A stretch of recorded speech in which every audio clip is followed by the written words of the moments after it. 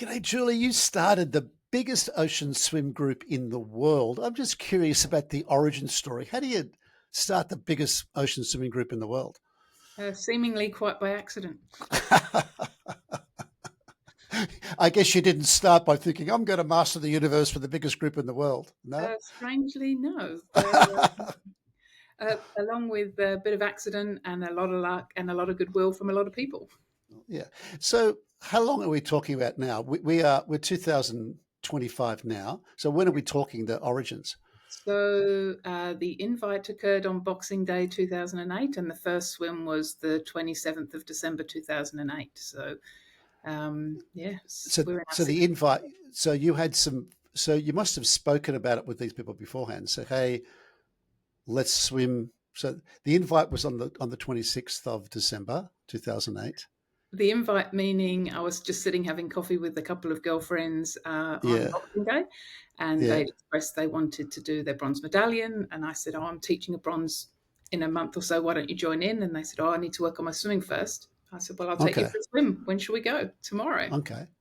And for those people that aren't surf club devotees, what does bronze medallion mean? It's the basic qualification to enable you to contribute, volunteer, surf lifesaving, and patrol the beach and keep Australian beaches safe for people that want to swim between the flags and know that they're being watched and could be rescued should they need to.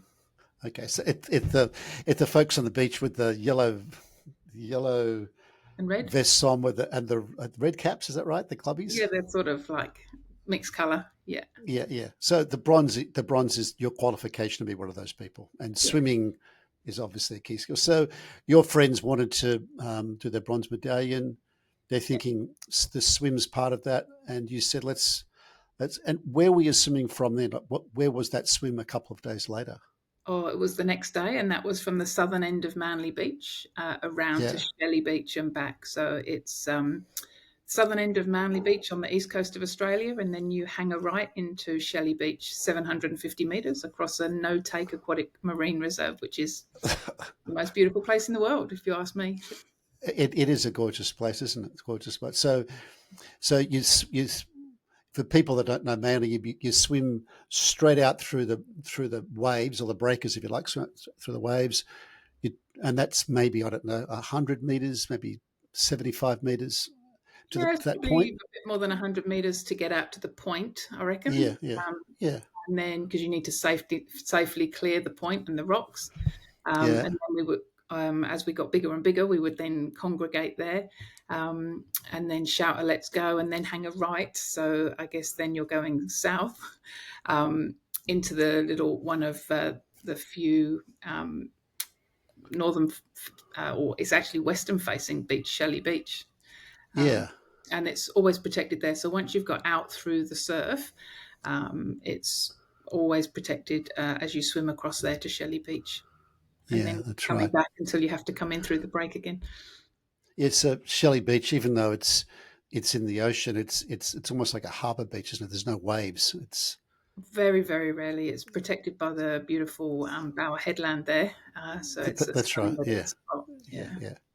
And I should let people know that I'm a member of this community that Julie built. So I do know this space and I love it very well. And in fact, I was born there. I was born in Manly Hospital and spent Oh, wow. most of my childhood on that beach. So I know and love this area. It's a gorgeous part of the world for those that don't know it. So you got so two, did you say two girlfriends it started with? Was it two? Yeah, so actually, it was a girlfriend that I particularly said it to, and then she did a ring around and spoke to a couple of her friends, which were mutual friends, and Yeah. said, "Jules is taking me for a swim in the morning. Why don't you come?"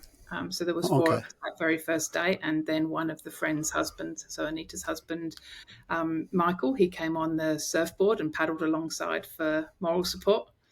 Okay, okay. Bit of safety, bit of safety. And you were a clubby then. You're a member of Manly Surf Club then, is that right? Yeah, I was well and truly an active surf lifesaver at that point. Okay. And that accent doesn't sound like a Manly accent to me. No, it's very much English. English. Okay. So an English girl likes swimming in the ocean. That doesn't seem to fit because it's pretty cold last time I checked in the UK. Yeah, I guess my biological father swam for England, so obviously in the pool, but maybe swimming's in my genes. But Okay. so I learnt to swim as a kid in the pool, and then I actually did a very small stint of lifeguarding on the beach in England. Very, very different rips, short currents, but not really waves. And visibility, zero. Temperature, cold. Yeah, yeah. So your dad was what, a competitive pool Yeah, swimmer, was when he he? was young, he swam for England.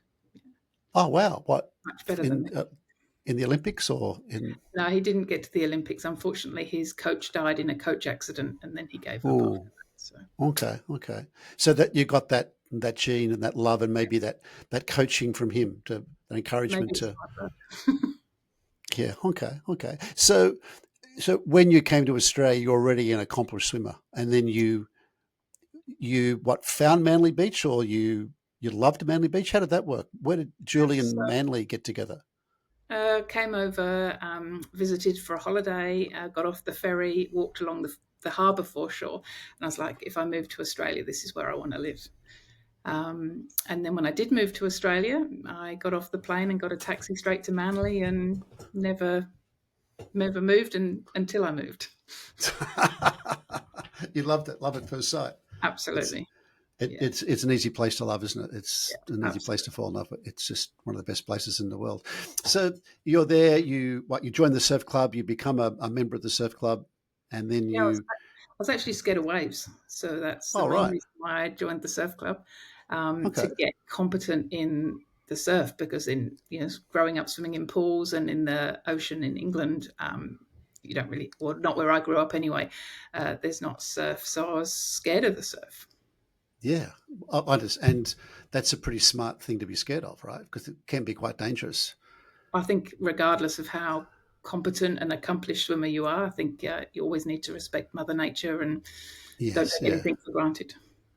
Yes, there's lots of what we call newbie swimmers that come down to the bold and beautiful in the morning, and they're accomplished pool swimmers, and we always warn them, say, hey, this is it's not the same. There's rips, there's longshore drifts, there's undertows, there's all sorts of stuff, water moving around that you Marine may not life. be familiar. Marine life, so just be very mindful that it's not the same. Definitely not the same. And some, very accomplished pool swimmers can get disturbed when they go out of their depth. They don't think they're going to be because they're quite comfy in the deep end of a pool, but it's very different being out in the middle of the ocean.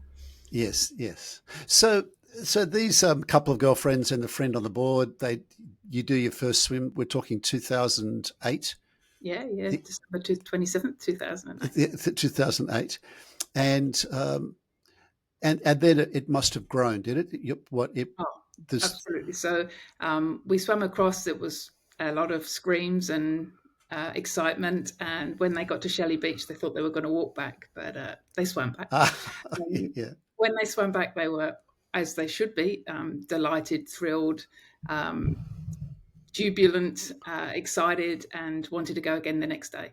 So we agreed we'd Okay. do the same thing, 7 o'clock the next day, and they rang a few more friends. So the next day there was 9 of us, and the rest is history.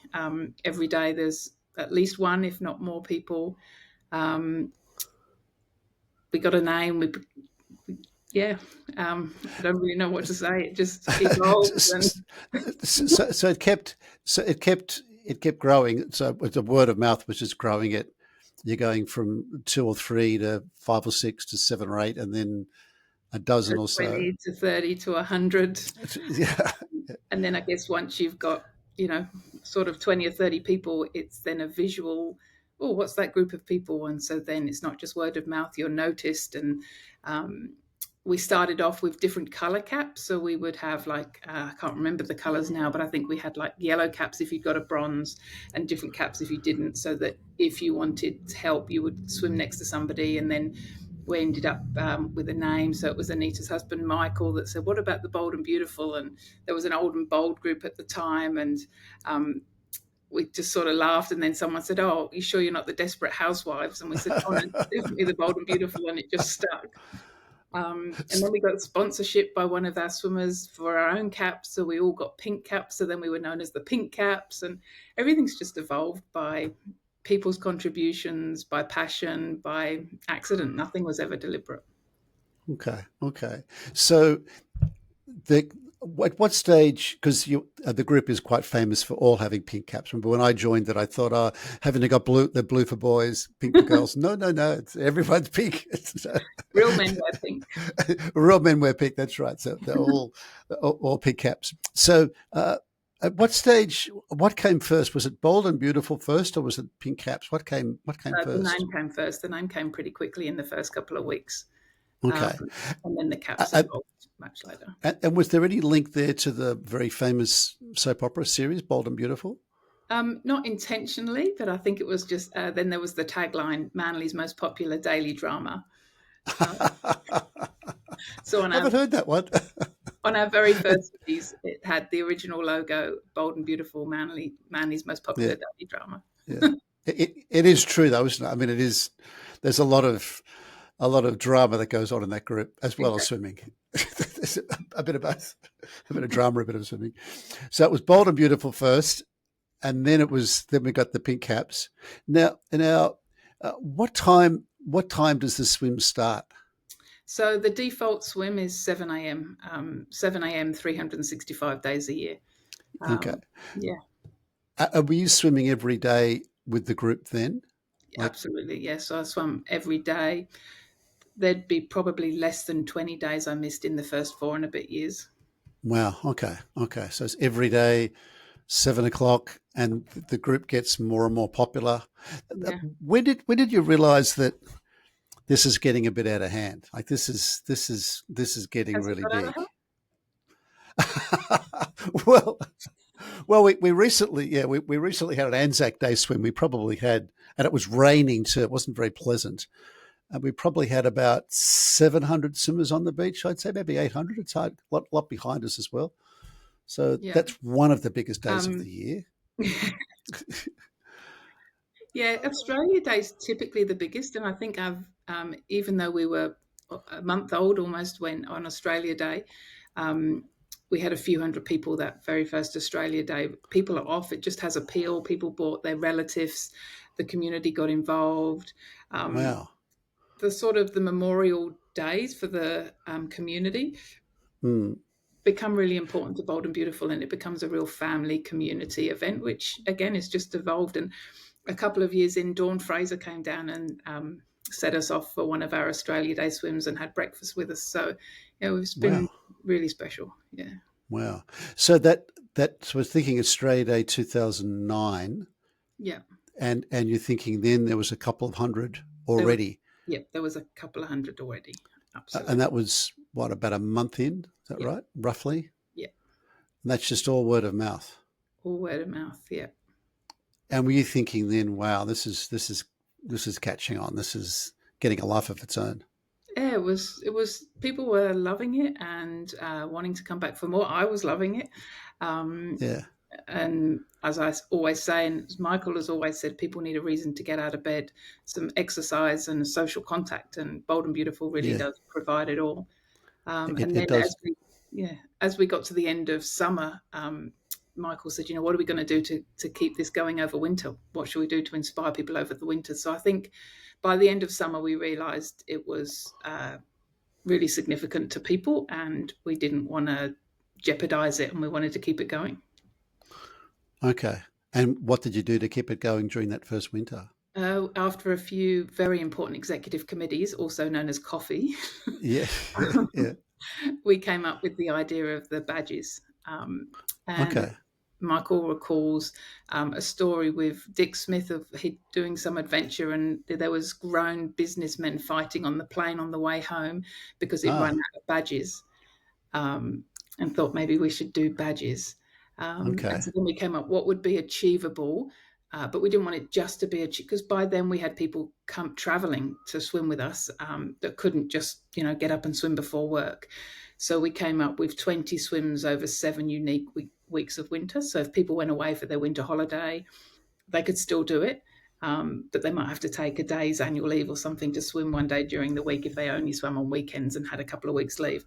And it just seemed to be the right balance between not just supporting those people that lived in Manly, but enough to keep people going and they wanted to get their badge. And then if you did it without a wetsuit, you got a second badge, the That's right. WWW, the winter without wetsuit.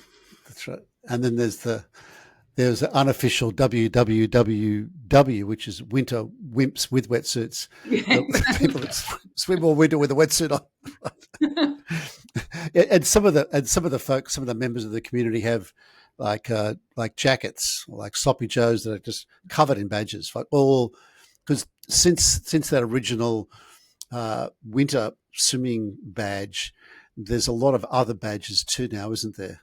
Oh, absolutely, yeah. So then we came into the summer and decided we should do some summer badges, and we thought the summer would be fun to do distance because it's warmer and people could stay in for longer. And this way, it would inspire people to do things they couldn't achieve. And as with all big groups, you get little subgroups, and so then subgroups have come up with their own badges. Um, People may do nude swims on certain days. I don't recall. I think there's a winter solstice swim. I think there is. I think there could be an unofficial nude winter solstice swim. And our But very first whale swim yeah, was whale swim. Yeah, that we ended yeah. up with a badge for that. But clearly, you don't plan that. But everyone would be getting that winter morning, I can assure you. You haven't got the whales on cue. No, not No, yet. Working. not yet. So you've got a few hundred after a month on Australia Day 2009. You introduced the badges in 2009, and the group keeps growing. Yeah, it just keeps getting more and more and more popular. Uh, Yeah. and you started, and obviously too, you founded this, and you kept the rules, this, if I call them rules, the same. So it was 7 a.m. every morning, every day of the year, was always exactly the same swim. So you'd swim out to the point and we'd all stop, then swim to Shelley and everybody stop again, and then swim all the way back. And that was always the same. That never changed, correct? Yep, that's right. Yep. So that never varied. And then when the pink caps came in, that never varied. So Yep. there was a lot of consistent things, weren't there? Like you're very keen on having it always done the same way. I think that's part of the reason it became so successful. It was so predictable. You could come any morning at 7 o'clock or 7:15 and jump in the water. You know the swim. Yeah, I think Is that that? helps, and I think that's part of what we thought about as we realised it was something that was important to people. If we Yeah. wanted this to continue to be available and to grow, we wanted to be free and available. So we didn't want people to have to think, "Oh, is it Tuesday? Is it a swim day today?" Yeah. It wouldn't matter what day it is. If you turn up at 7 o'clock, there'll definitely be someone else to swim with.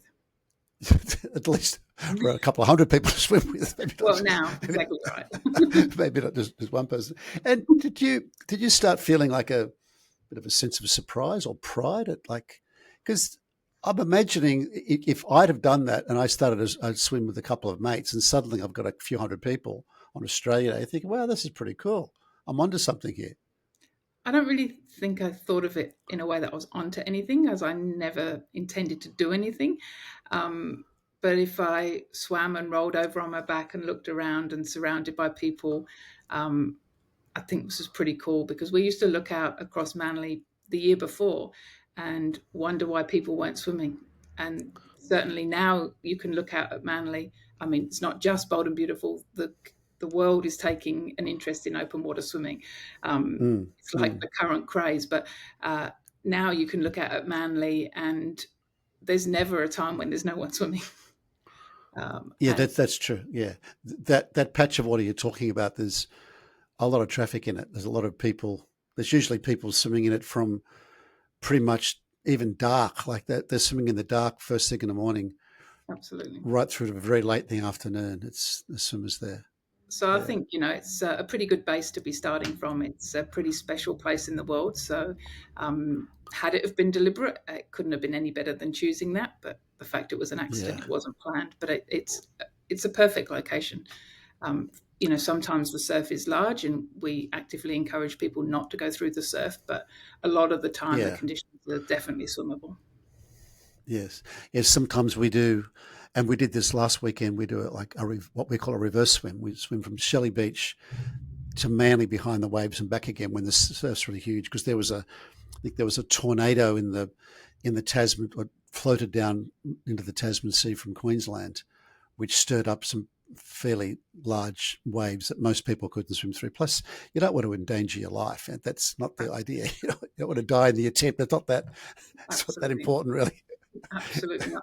And I think that's the thing to think of too, is, somebody new comes up and they just blindly follow somebody in.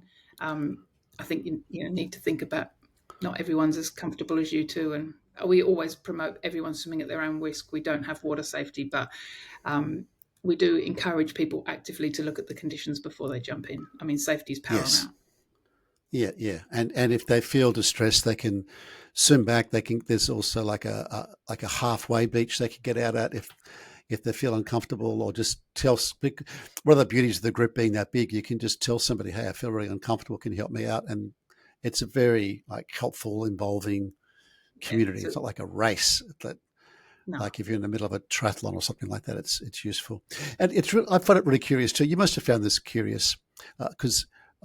I like to do blogs for the group, and I did a series just recently on newbies, like people that are brand new to the swim. And I'd say, look, I'm just curious, where did you come from and what brought you down to the swim? And had people from the UK, from Ireland, from pretty much all over the world, or from different parts of Australia, and they'd heard about the swim.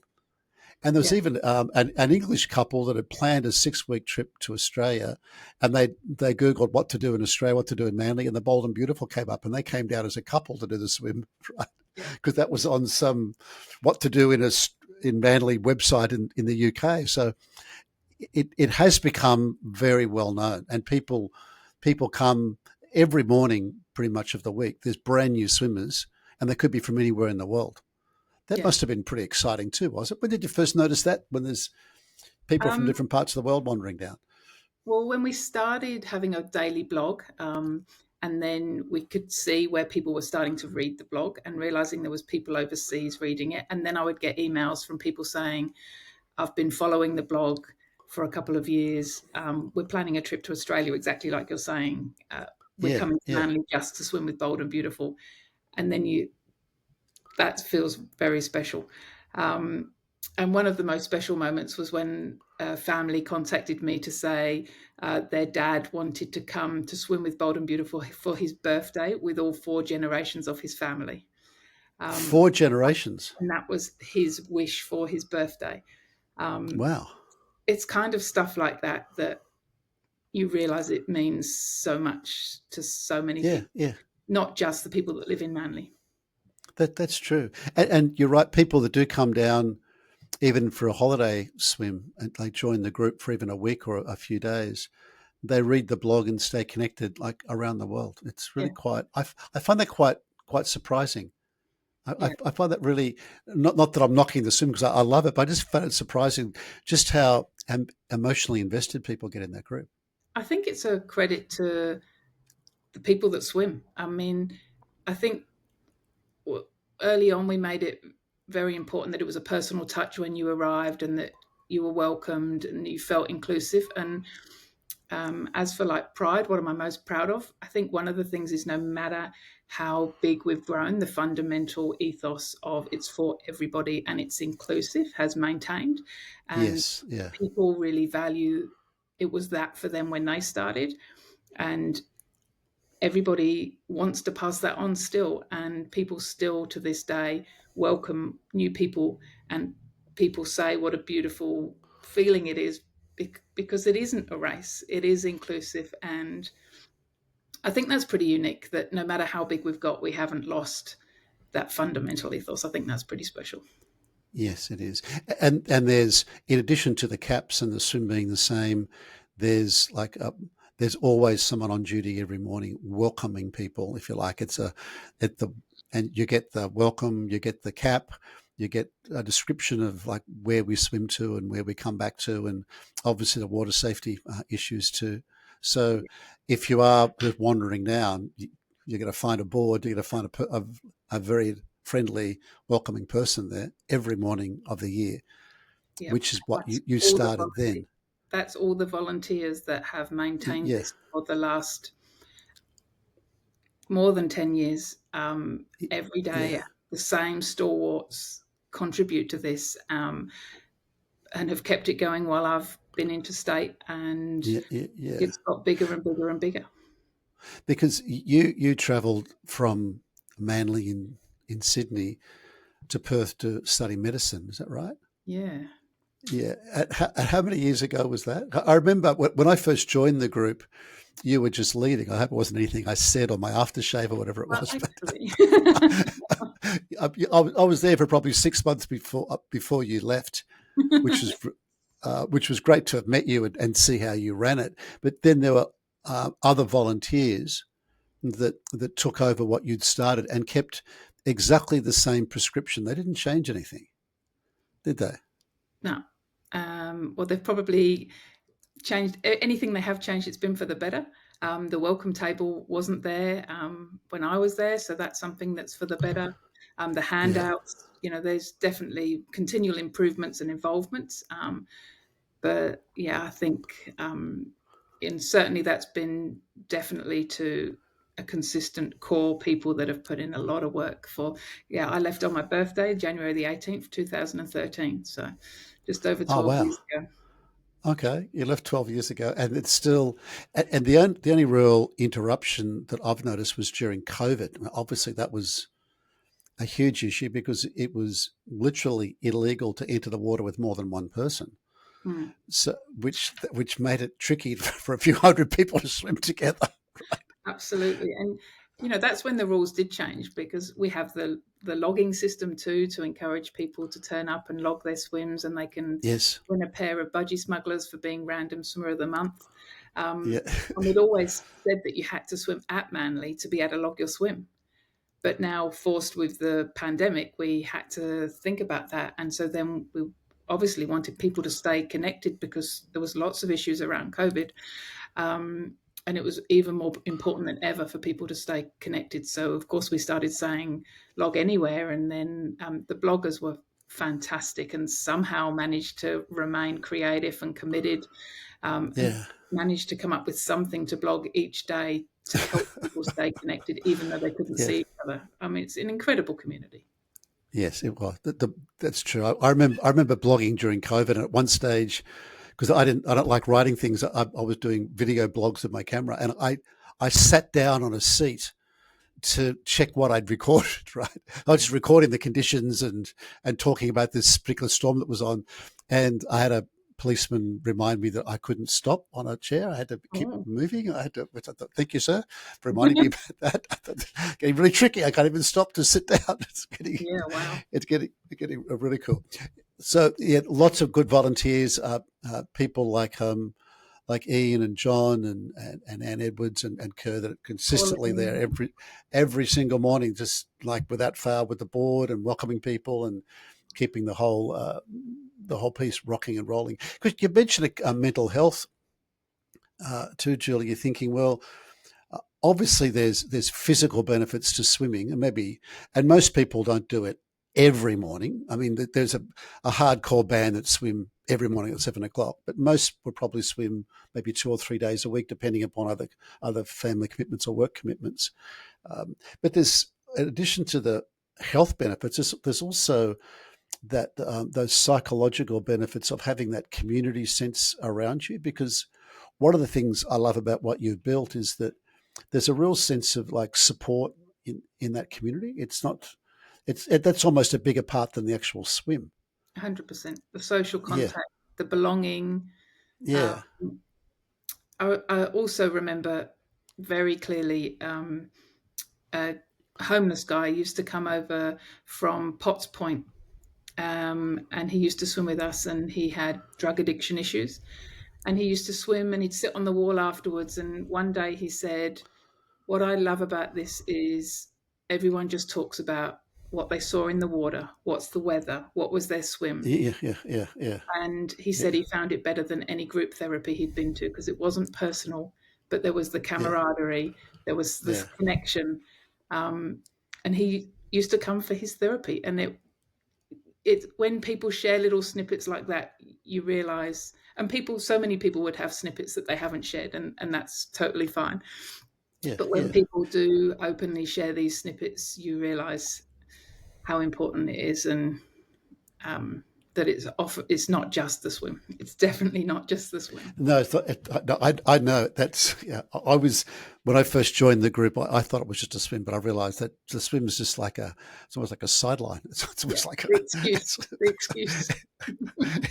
it's a lot more than just that. And if for the more quieter, because a lot of people, they might go through a change of life or a marriage breakup or whatever, or a health issue, or a change of circumstances. They've heard about the Bold and Beautiful. They come down for a swim, and they soon realise that they're joining a really beautiful community of people.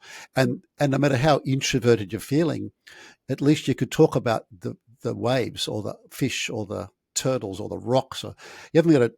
That brings everyone together because you've automatically got something to talk about, which is whatever happened in the swim, or how big the waves are, how small the waves are, whatever you want to talk about. Yeah, absolutely. And everyone's equal in a pair of bathers. That's right. Yeah, and it's strange. It's strange to see people, because often when you get to know them a bit better, you get to see them at night or on weekends. You think often you don't recognise them, because I think some folks I didn't knew for years just in their bathers in the morning, and then suddenly you see them with clothes on. I don't mean that with respect, right? And it's completely different. You think, wow, it's like a very different person. So you've got those, and that wouldn't have been deliberate. That was like an accidental thing, I'm imagining, that the psychological benefits of being around a community that cares. Yeah, absolutely. And I think, again, I think one of the beauties is it is a real leveler. So people feel comfortable because people don't see what car you're turning up in or what job you've got or what home you live in. Yeah. But everybody truly does belong because everybody really is equal in a pair of bathers. That's right. It removes all of that status. And you wouldn't be very welcome if you started talking about what car you drove or what house you lived in. You wouldn't really feel very well regarded. Really, you wouldn't make many friends. You know what I mean? You're not going to get the positive reinforcement that you were looking for. Probably people would be because no one cares. No one cares. I remember in the earlier part of my life, I lived in Mossman, and I was part of a different swim group. Well, I won't say which one in Mossman. And one of the first questions people would ask you when you went for a swim, if you were new, was like what street you lived in and what number. They were going to try and work out where in Mossman you lived, and like that, therefore how much you were worth. It was really, really weird, very cliquey, depending upon, and you were welcomed if you lived in a good number and a good street, and not so much if you weren't. Whereas a lot of the folks in the Bold and Beautiful squad, they're quite high-ranking CEOs and politicians and like leading doctors. And I mean, one of the guys there is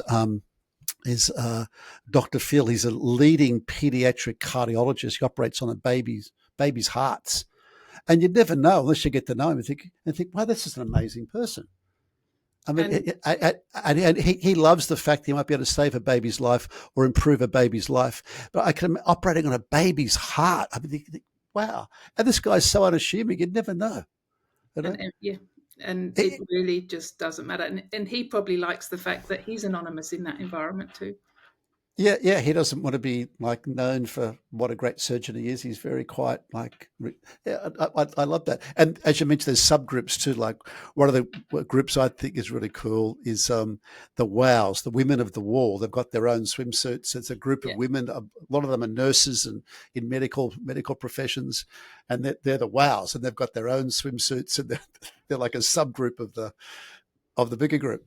Yeah, and I think that's again, if they've identify with their like-minded people and they've got their sub-interest they do, but at the end of the day they still identify as a Bold and Beautiful swimmer. Yes. And so you've got the bigger banner, and I think that's really important too, because everybody tracks to their own little niche, and all the little niches, as far as I can tell at least, all still stay open to other people as well. Oh, absolutely. And when there are newbies that come down to the group, we'll tend to steer somebody towards a group that we think they might feel comfortable, like a smaller group that might feel comfortable. Because joining a group that big can often feel a bit intimidating. You think, but hold it, maybe steer them to a smaller group that they might feel comfortable in as part of the larger group, and make some friends that way. Or like that they've can got help an it. injury, so they might go and swim with one of the offshoots, the golds that swim out of Shelley Beach until they've rehabbed and then come back to the bigger group, Yeah, or not come back. there's that group. There's that group, or if they've got to get to work early, there's the Drinks Express, which is really bold and beautiful, but it's at 6:30. That's Andrew Drinkwater's group, so that's Yeah, but definitely offshoot from Bold and Beautiful, and that started because um, people wanted to start swimming earlier to get off to work, and then that started being the yeah, faster people. And, you've got people going at yeah, 6 now, 6:37. People go at 9. People go at lunchtime. You've got it's yeah. fantastic. Yeah, Yeah, and they're all on the pink caps, all like offshoots. I think, and I think COVID, as I mentioned earlier, COVID might have just sort of disseminated some people out to some smaller groups too, absolutely, and some more local absolutely. groups. Mm. So you left to study medicine. So how many years in was the group before the group you founded and set up and structured? So you were soon with the group for how long before you left? Over 4 years. Just over 4 years, and you left, and you left then to study medicine. And what are you studying, or where are you operating? Just at the end of my anaesthetics training now. Okay, okay, and you're working in a big hospital in Perth, I understand. Is Yeah, that one right? of the main tertiary hospitals, the Royal Perth Hospital in WA. Okay, okay. And are your plans to stay in WA indefinitely, Julie? Who knows what? I never thought I'd leave Manly. So one thing that's taught me is never say never. So you left the UK to come to Manly. I'm never going to I'll leave this never gonna place. leave Manly. My, You my left. second dad, his ashes are scattered off of Shelley Beach. I Oh was never going wow! to leave. So yeah, never say never. Never But say never. Never say never. definitely S- my heart is in Manly. So it's possible we might see you back again. I'll definitely be back at some point. Probably not Back the at, yeah. foreseeable future, but definitely some Yeah, point. yeah, at some point. 'Cause you were. I remember you were back last Christmas. The Christmas we've just had. And I've already booked Was flights for this Christmas. okay. Actually, Christmas is not true, but the end of the year. The end of the year. The end of the year. And I think one thing we may not have mentioned, or in terms of encouraging people to think about the swim, is that when you're swimming over that body of water called Cabbage Tree Bay between Manly Beach and Shelley Beach, it is a designated aquatic reserve. Hmm. So when the water's clear, which is most of the time, it's like swimming in an aquarium. Literally, it's Yeah, full of fish and crabs and turtles and stingrays and anything you can imagine. Crayfish. It's hundreds of different fish.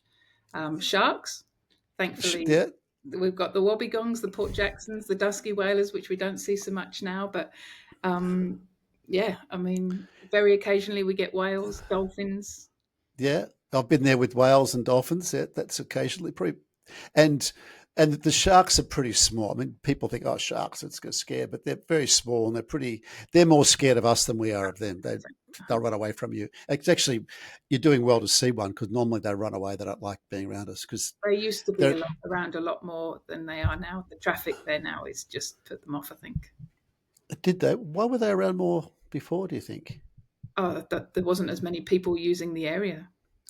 Ah, yes, yes, yes, yeah.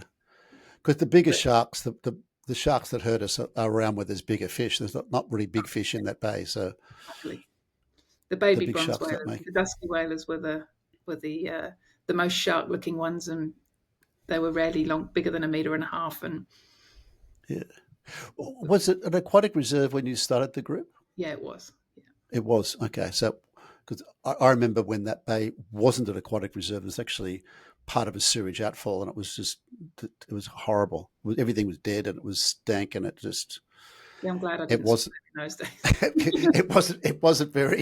it wasn't anywhere near as pleasant as it is now. We're talking probably 30 years ago. 30 years ago. So we might get you back one day, Julie. We might get the Queen and the I founder of hope the Bold and Beautiful I hope back. I'm lucky enough to get back one day. But get one back. What, one day permanently? It's possible. Yeah, I reckon. It's possible. Okay, it's possible. We'll see. Okay, I'm happy with it's possible. I'm happy with it's possible.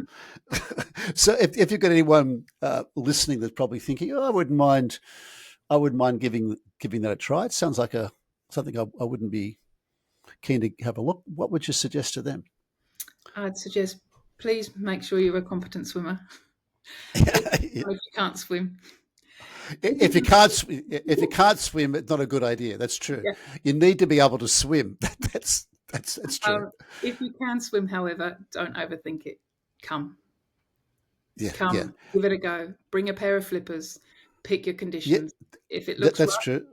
don't go in. Wear flippers. Build your confidence. Be with the main pack. Drop your flippers later. Again, nobody cares. Yeah, nobody cares. A lot of people swim with flippers on. That's true. That's true. What it takes Yeah, to join in. and no matter how slow you are, there's going to be somebody slower. Yeah. And don't overthink it. Do it. And it's not a race, right? We're not racing. It's just swimming. And that's the other thing, for people that want to race, there's so many races all around the world. Yeah, yeah. This is the one place you can come, and it's about enjoying the swim. It's not about racing. Yeah, not about racing. Just join the swim. Well, like many thousands of people that love and to swim regularly, whether it's once on holidays or for over a decade, like me, we really appreciate what you've done, what you started. Thanks, because we get to enjoy it now more than you do, which is pretty cool. It's very sad. And I'd like to say thank you to everyone else that has kept it going and made it bigger and better than ever. And the community's been amazing. And without the hard work of all of them, it wouldn't be what it is today. Cool. Well, Julie, I just appreciate you being a guest on Growth Tales today, and I look forward to seeing you at Christmas. Thanks, Peter.